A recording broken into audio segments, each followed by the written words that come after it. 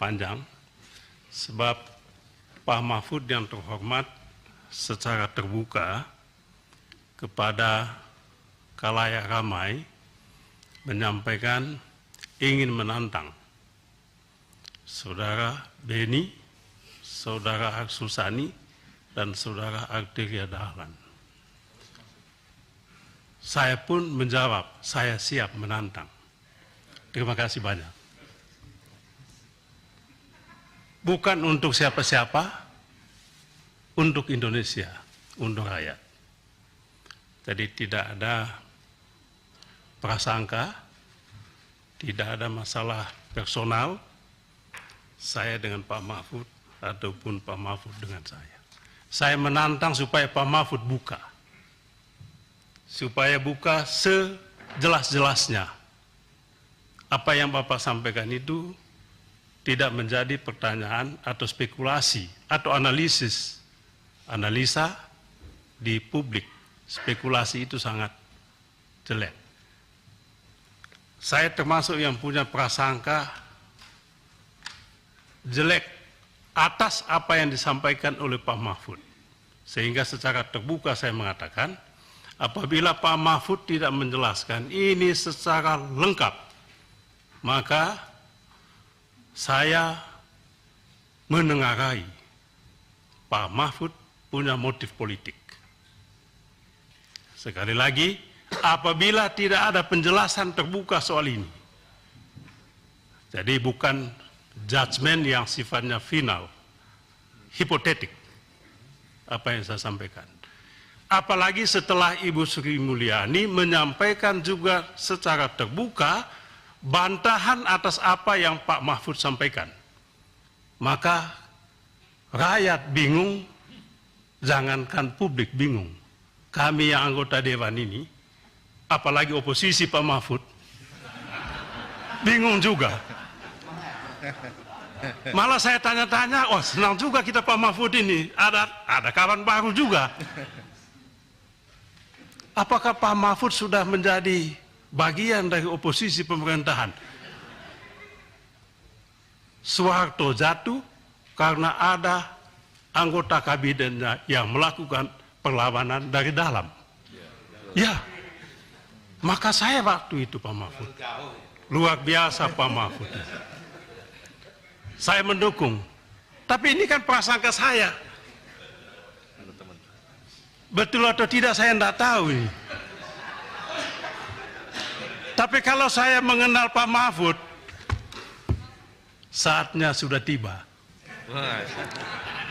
Ya, mungkin saatnya sudah tiba. Istilahnya itu, ibu sudah hamil tua. Bukan saya itu yang ngomong revolusi, bukan saya. Maksud saya, ketidakjelasan ini membuat kami semua punya spekulasi, punya prasangka macam-macam. Ini yang kami sesalkan sebetulnya. Jadi bukan soal Pak Mahfud ini, Pak Mahfud mesti jelaskan dong, kenapa Pak Mahfud? Ini yang saya mau jelaskan kepada Pak Ivan waktu itu ya. Saya tanya, Pak Menko Polhukam itu adalah ketua komite. Tugasnya jelas, saya baca Bapak. Saya baca itu. Zaman Pak SBY dulu. Susilo Bambang Yudhoyono Presiden membuat ini. Saya baca. Tugasnya itu melakukan koordinasi. Anggotanya juga jelas. Menkeu anggota. Kalau ada masalah dengan yang berkaitan dengan Menkeu, apa salahnya yang terhormat Pak Menko, Ketua Komite, panggil yang bersangkutan. Ada temuan ini di lingkungan Kemenkeu. Tolong pertanggungjawabkan dan selesaikan. Itu dalam logika saya sebagai anggota dewan yang menjalankan fungsi pengawasan. Mengapa tidak itu dilakukan?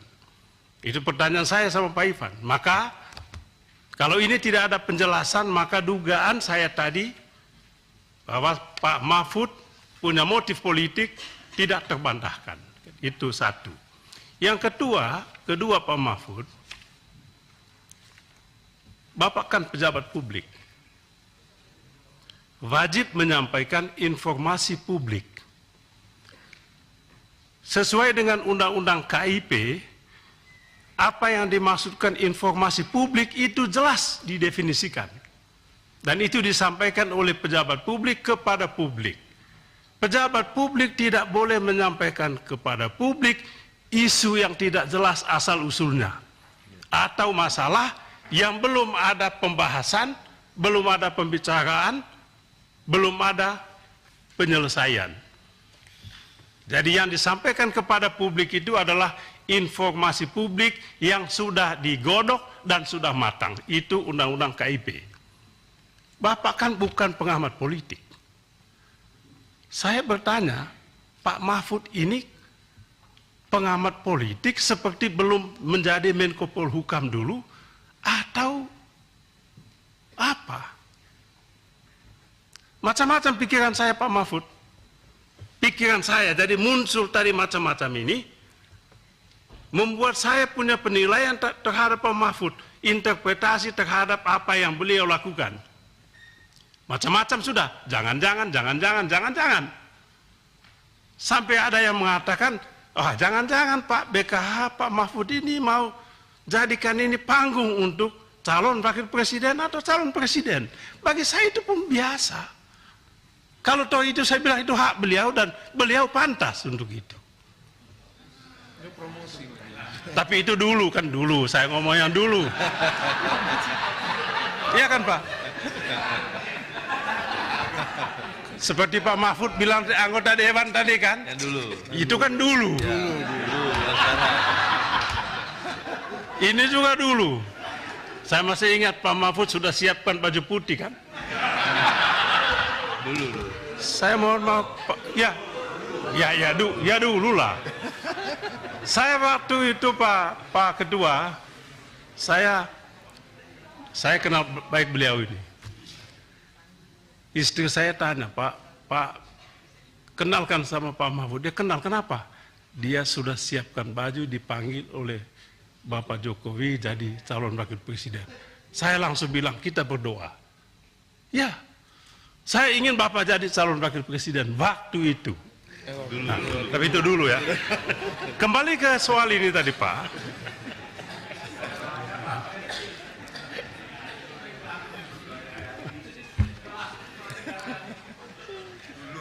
Kembali ke soal ini tadi. Ya, yang Bapak sampaikan ini, informasi publik ini. Ibu Sri Mulyani menjelaskan kepada Komisi 11. Jauh berbeda dengan apa yang tadi Bapak sampaikan. Jadi ini yang membuat kami mohon maaf saja, mana yang harus kami percaya. Ibu Sri Mulyani juga bukan orang sembarangan. Bapak juga begitu. Sama-sama pembantu presiden, hanya beda, Bapak adalah pembantu utama. Sri Mulyani bukan pembantu biasa. Bapak ketua komite, beliau adalah anggota komite. Tentang ini macam-macam juga Pak. Yang tadi saya katakan, jangan-jangan memang ada motif politik ingin menyingkirkan Sri Mulyani. Ya, kenapa? Ya ini mohon maaf saja, kenapa? Sebab ada isu kan Pak, Sri Mulyani Menkeu menolak rencana beli minyak Rusia masuk Indonesia. Banyak pejabat yang tidak suka, banyak pembantu yang lain juga yang tidak suka Pak Mahfud. Jangan-jangan itu kembali lagi tadi ke membuat ini semua tidak jelas, bikin kami punya spekulasi macam-macam kemana-mana. Apa ini sebetulnya? Kemudian tadi disinggung juga, jangan-jangan ini berkaitan dulu dengan impor emas itu, yang tadi Bapak singgung. Kita dapat juga datanya Pak, tapi sedikit-sedikit dia. Tipis-tipis anunya. Nah, kalau Bapak kan mungkin tebal-tebal informasinya. Kami sedikit-sedikit ada informasi yang dihembuskan. Kita tidak tahu juga. Tapi juga siapa yang disentuh, Bapak tahu, oligarki. Jangan-jangan memang kelompok ini tidak suka Sri Mulyani lagi menjadi Menkeu menjelang 2024. Sekali lagi ini spekulasi kami yang apalagi di luar tembok kekuasaan ini. Tidak bisa kita lihat, ya oposisi. Terima kasih sudah nonton.